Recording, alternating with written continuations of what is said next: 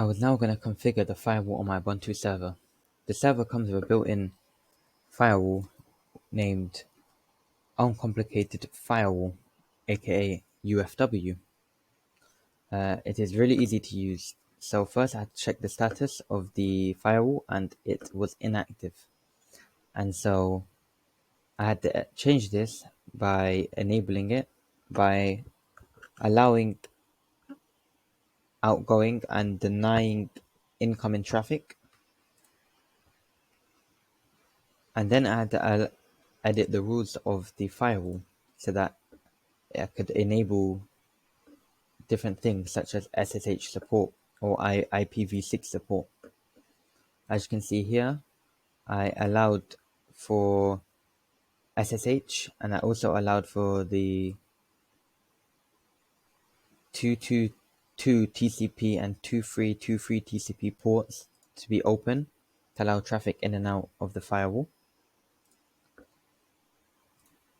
And then I edited it so that I would allow traffic from any IP address between this one and this one here via port 33. And I also limited the SSH so that after that I had to turn on the firewall using sudo ufw enable. Once it enabled, as you can see here, the service was running and it was monitoring all traffic in and out of the network. And now I needed to allow the Apache and the HTTPS as well as the VPN server to work correctly.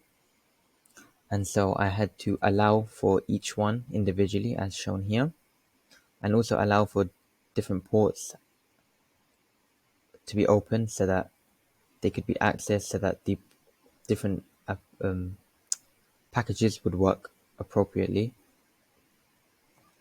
Here again, as an example that VDS could use, they allowed the specific IP address for, in this case, this one here I allowed, or you can allow a range of IP address to specific ports, or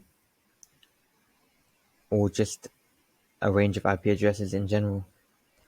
You can also deny IP addresses in case you are getting an influx of requests that could perhaps be a DDoS attack, and you can deny this address and protect your system.